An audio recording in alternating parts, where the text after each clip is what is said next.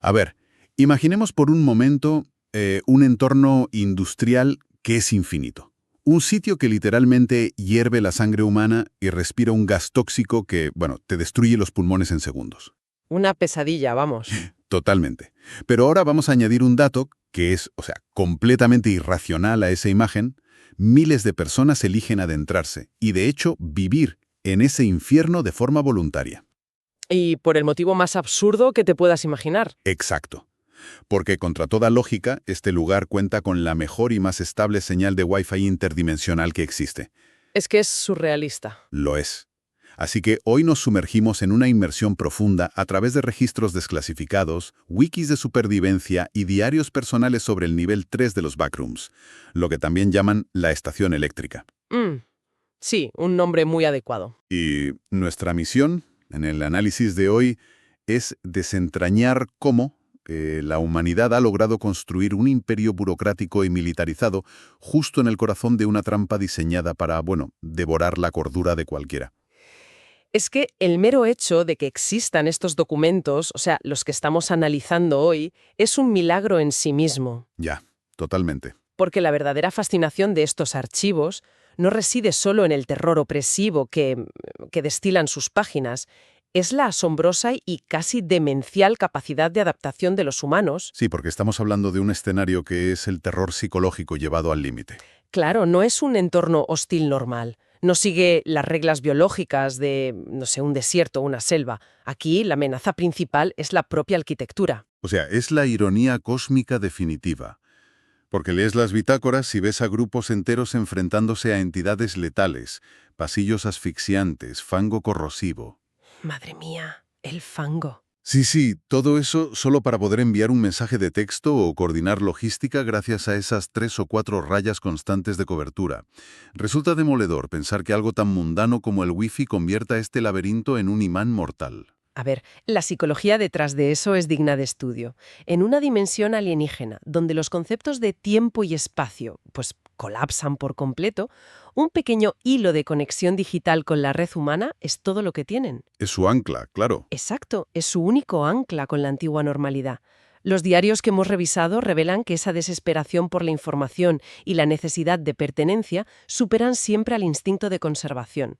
Esa señal constante es el cebo perfecto. Y para comprender la magnitud de la trampa, los diarios hablan de pasillos que no terminan nunca, de perderse durante meses sin ver un final. Pero, basándonos en los registros científicos que tenemos, ¿hay alguna estimación real de cuánto abarca este laberinto de cables? Pues sí, las cartografías del MEF, que ya sabemos que es la facción humana principal allí, sitúan la superficie del nivel 3 en unos 563 millones de kilómetros cuadrados. Espera. 563 millones. Sí, es una barbaridad. Y ojo, no hablamos de llanuras abiertas o naves industriales enormes y diáfanas. Ya. Son cientos de millones de kilómetros de pasillos, oscuros, muy estrechos, retorcidos y, bueno, sin ningún patrón geométrico que tenga sentido. A ver, vamos a poner esa cifra en perspectiva para quien escuche esto, porque es abrumadora. La superficie total del planeta Tierra, contando todos los océanos, o sea, todo el planeta, es de aproximadamente 510 millones de kilómetros cuadrados. Ostras, claro. Es decir, los registros indican que este único nivel, este edificio oscuro y polvoriento, es literalmente más grande que nuestro mundo conocido al completo. Es escalofriante. Y la exploración física de ese espacio requiere un desgaste extremo. Los documentos enfatizan que no es dar un paseo por un sótano viejo. No, ¿qué va? En gran parte del trayecto, un humano adulto ni siquiera tiene espacio físico para caminar erguido. Los exploradores tienen que avanzar de lado rozando el cuerpo contra ladrillos que abrasan. Qué agobio, de verdad. O directamente gatear por tuberías de cobre expuestas durante kilómetros, buscando un hueco mínimamente seguro para dormir. Es que resulta asfixiante solo imaginarlo. O sea, es como estar atrapado para siempre en los conductos de ventilación de una fábrica infinita y abandonada. Totalmente. Y a esa sensación de encierro hay que sumarle el ruido, porque las fuentes mencionan constantemente un zumbido que te deja sordo, el sonido de enormes pistones, de generadores golpeando directamente en los oídos. Claro, y eso te impide escuchar si viene algo por detrás. Exacto. No puedes escuchar si una entidad se acerca, pero es que tampoco puedes escuchar tus propios pensamientos. Y ese ruido constante actúa, según los informes médicos, como un mecanismo de tortura psicológica pasiva. Es una privación sensorial inversa. O sea, demasiado ruido en vez de silencio. Eso es. El exceso de ruido impide el descanso neuronal. Y este calvario se le suma a algo que aparece en casi todos los expedientes de las zonas superiores, las famosas rejas de prisión oxidadas. Ah, sí, las rejas. Tela con eso. Bloquean pasillos enteos de forma totalmente arbitraria. Te cierran rutas de escape o te deniegan el acceso a zonas que desde fuera parecen súper seguras. Y los exploradores han documentado intentos de derribarlas usando literalmente de todo. Alicates, palancas, hasta cortadores de plasma y explosivos industriales improvisados. ¿Y qué pasa? ¿Nada? Exacto. El resultado siempre es el mismo. Las rejas ni se inmutan. Son estructuralmente invulnerables. Es como si las leyes de la física estuvieran programadas para que no se puedan romper. Y por si fuera poco, detrás de esas rejas suele fluir ese fango negro y espeso del que hablábamos antes, saliendo de tuberías rotas. Sí. ¿Cuál es el mecanismo exacto que hace a esta sustancia tan letal? Porque los diarios dicen que es horrible, pues los análisis químicos que han podido recuperar detallan que este fango no es un simple residuo industrial. Funciona como un agente tóxico de contacto bestial. O sea, solo con tocarlo ya te hace daño. Un simple roce te desencadena quemaduras químicas de segundo o tercer grado casi al instante. Te devora la piel. Madre mía. Y además, a temperatura ambiente, emite unos vapores que, si los inhalas, atacan directamente el sistema nervioso central. Causan parálisis y necrosis en minutos. Es una barrera infranqueable, vamos. Literalmente intocable. Y aquí llegamos a una de las notas que me parecen más curiosas de los archivos. Numerosos exploradores afirman, pero de forma sistemática, que sienten una mirada clavada en la nuca cuando están cerca de estas rejas. Sí, el sentimiento de persecución es constante en los informes. Algunos diarios incluso incluyen bocetos de figuras extrañas y sombras al otro lado del fango. Pero claro, la burocracia del MEG cataloga oficialmente todos estos avistamientos como meras alucinaciones provocadas por el estrés y los gases. Ya. A ver, a mí me cuesta creer esa versión oficial, teniendo en cuenta que estos humanos han caído en una dimensión paralela plagada de horrores que no tienen nombre. ¿No resulta increíblemente arrogante asumir que sentirse observado es solo imaginación? Entiendo por qué lo dices. Descartar esas sombras, para mí, roza la negligencia táctica. A ver, esa es una lectura muy lógica viéndolo desde fuera, pero hay que analizar cómo operan las estructuras de poder en este abismo. ¿A qué te refieres? El MIG necesita proyectar un control absoluto sobre sus tropas. Si admiten oficialmente que existen amenazas intocables, omniscientes o, bueno, de naturaleza fantasmal, más allá de unas rejas que no pueden romper, la moral colapsaría. O sea que se amotinarían o se volverían locos. Exactamente. Categorizarlo como alucinación no es arrogancia científica por su parte. Es, irónicamente, un mecanismo de defensa institucional. Ah, vale. Ojos que no ven, corazón que no siente. Necesitan que la atención de la gente se mantenga en los peligros que sí pueden medir, comprender y, sobre todo, combatir. Pues si esa burocracia necesita fingir control sobre las sombras para mantener la moral, lo tiene muchísimo más difícil con las amenazas físicas de las salas eléctricas. Desde luego. Porque a medida que uno se aleja de los pasillos principales, el nivel te enseña los dientes de verdad. Las fuentes describen habitaciones laberínticas, pero llenas de cables pelados de alta tensión. Colgando del techo y rozando charcos, nada menos. Es un campo de minas. Y la maquinaria que hay allí emite un vapor tóxico distinto al del fango negro. Un vapor que, según los partes médicos, te provoca un fallo pulmonar masivo en 30 segundos. 30 segundos, es que no te da tiempo a reaccionar. Pero lo peor, la verdadera pesadilla, es que inhalar este gas genera una adicción casi inmediata. Ese detalle me parece espeluznante. El cuerpo reacciona desarrollando una necesidad fisiológica de seguir respirando un humo que literalmente está asfixiando tus células. O sea, te mueres, pero quieres más. Sí, funciona secuestrando los receptores de dopamina en el cerebro. Hay un claro paralelismo con ciertos gases y narcóticos de nuestro mundo. Pero el ciclo de dependencia está acelerado exponencialmente por la dimensión. Menos mal que hay un contrapeso. Sí, por suerte. Ingerir la famosa agua de almendras, que es este líquido anómalo de otros niveles, revierte el daño. Y es fascinante cómo funciona, porque los diarios de campo dicen que el agua de almendras no solo te hidrata, Actúa a nivel celular como un disolvente universal para estas toxinas interdimensionales. Sí, se une a las partículas en la sangre y las expulsa. Es oro líquido allí. Pero, a ver, las anomalías respiratorias casi palidecen frente a lo que hacen las propias máquinas. Uf, lo de la autorreparación. Exacto. Los informes detallan sobre calentamientos, apagones, cortocircuitos constantes. Pero si una máquina se avería, el protocolo dice que el operario solo tiene que salir de la habitación y alejarse. Con dejar de mirarla es suficiente. Cuando la máquina deja de ser observada, se repara sola. Para entender esto, los físicos de las facciones aplican principios de la mecánica cuántica, pero a escala macroscópica. Imagina un videojuego muy complejo. ¿Vale? Para ahorrar memoria, el motor del juego solo renderiza o dibuja la habitación donde está el jugador. Claro, lo que no ves no está cargado. Exacto, el resto del mapa se reduce a código en segundo plano. Aquí ocurre algo muy parecido. Cuando el ojo humano deja de renderizar la máquina averiada al no mirarla, la dimensión reinicia su código interno al estado de fábrica. O sea, el entorno se asegura de que la energía nunca pare, eliminando el deterioro natural siempre que no haya un humano mirando. Así es. Y aquí es donde la cosa se pone realmente interesante, y los propios foros de los exploradores debaten esto a muerte. Si algo consume un fango tóxico como combustible, suda gases residuales como si exhalara dióxido de carbono, Sí. y resulta que sus órganos internos, por así llamarlos, se curan solos cuando nadie mira.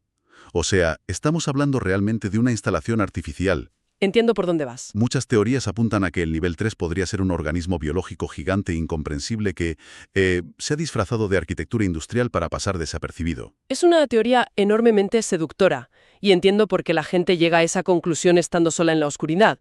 Pero los ingenieros del BNTG argumentarían totalmente lo contrario. ¿Ellos qué dicen? Sostienen que es puramente física anómala, nada de biología.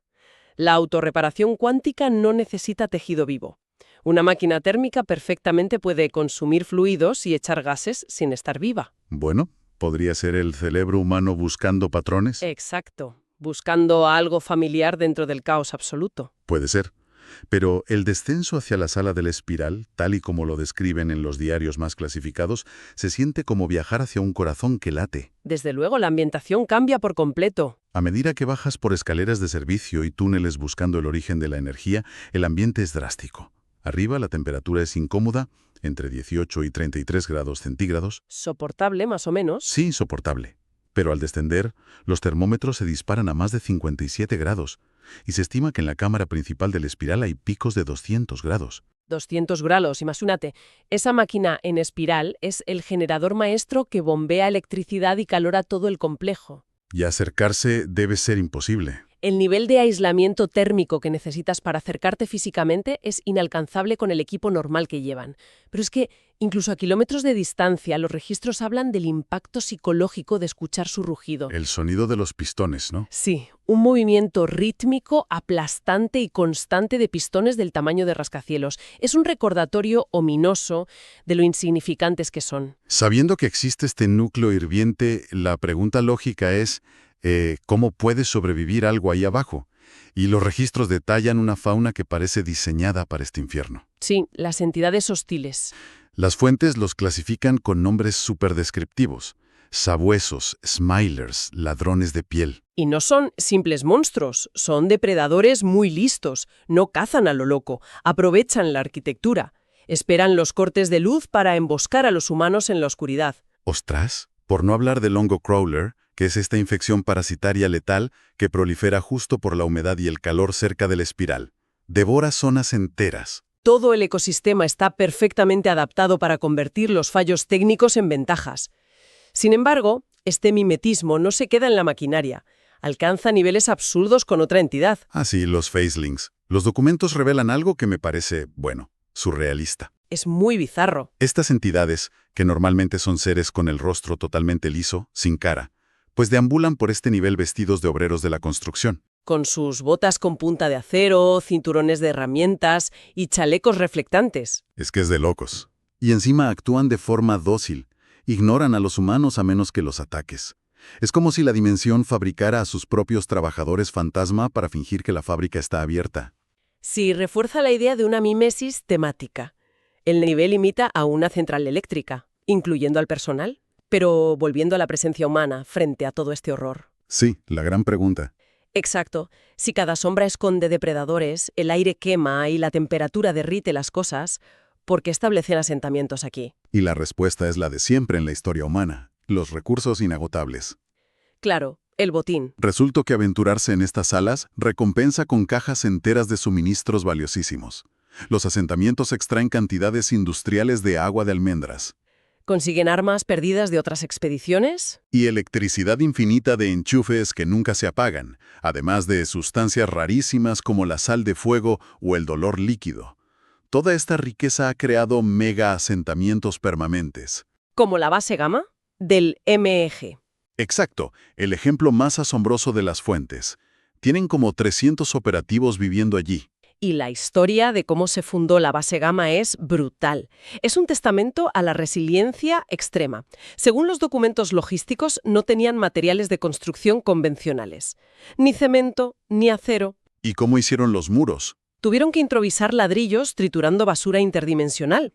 Cepillos de dientes, cordones de zapatos, herraduras de juguete, botes de pegamento industrial. O sea, ¿hicieron ladrillos de basura pegada? Exacto. Con prensas improvisadas y la reacción química del pegamento, crearon bloques súper sólidos que resisten a los monstruos. Es la cumbre absoluta del bricolaje de supervivencia. Y el ingenio no terminó en los muros, ¿eh? Su arsenal inicial roza lo macabro. Sí, las armas que se fabricaron. Construían tirachinas gigantescos arrancando el cableado eléctrico de las paredes y usando gomas de la maquinaria como tensores. Y la estructura del arma, huesos endurecidos de los sabuesos que lograban cazar. Madre mía, usar los huesos de tus atacantes. ¿Y para la munición? Fíjate, disparaban cápsulas llenas de ese dolor líquido directamente contra los enjambres de monstruos. Es que el uso del dolor líquido es metodológicamente brillante. No es un veneno normal. Los análisis muestran que reacciona violentamente con la biología de las entidades de allí. Les hace más daño que un humano, ¿no? Actúa como un ácido altamente corrosivo que deshace los tejidos de seres que ignorarían una bala normal de plomo.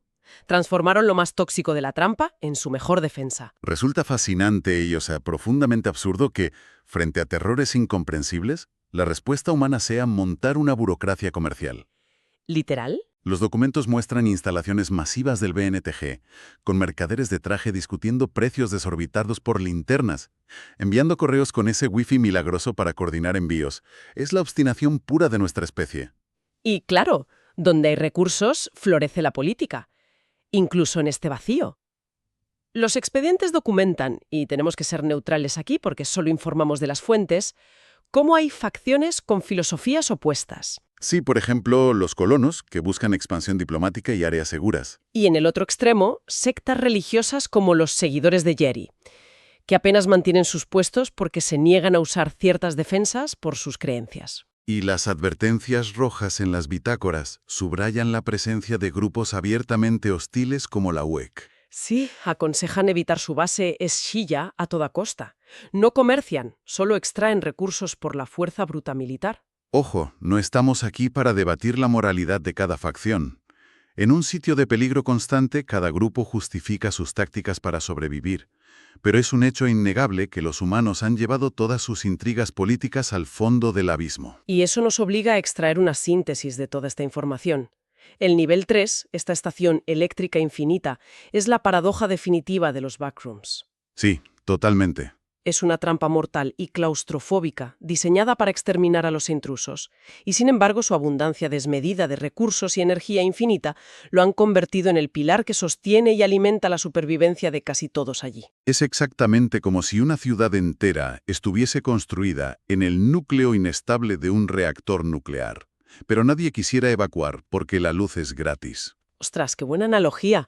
Es justo eso. Y eso nos lleva a considerar una última pieza de información desclasificada que cambia el paradigma por completo. Aparece al final de los registros geológicos. Sí, lo del fango. Los mapas revelan que ese fango negro y venenoso que alimenta los generadores no se produce de forma natural en el nivel 3. Exacto. Los esquemas muestran que es succionado desde el nivel 2. Viaja miles de kilómetros por tuberías ocultas para inyectarse en la maquinaria pesada del nivel 3. Principalmente hacia la colosal máquina en espiral. A su vez, esa sala quema el fango y redistribuye la energía generada hacia otros niveles lejanos. Es un circuito cerrado gigantesco. El nivel 2 extrae la materia prima y el nivel 3 es el sistema digestivo que la quema. Y es precisamente ese ciclo infinito lo que plantea una reflexión final para quien trate de asimilar todos los datos de hoy. A ver, Consideremos esto. Las grandes facciones humanas están desesperadas por establecer bases masivas, conectando sus servidores y defensas eléctricas directamente a las entrañas de este lugar. sí, exprimiendo el nivel al máximo. Y quienes viven allí celebran estar domando a la bestia, disfrutando de ese wifi y erigiendo imperios burocráticos. Pero si vemos la inmensidad del complejo y recordamos cómo los engranajes se reparan solos en la oscuridad, simplemente para que el motor eterno jamás se detenga. Claro. Al cablear todas estas bases a la red neuronal del espiral, ¿está la humanidad realmente conquistando los backrooms? ¿O han sido seducidos por una brillante arquitectura, convirtiéndose sin saberlo en un engranaje orgánico más, asimilados para siempre por una estación hambrienta que ahora los tiene atados a su zumbido? Madre mía. Una pregunta que pone los pelos de punta, desde luego.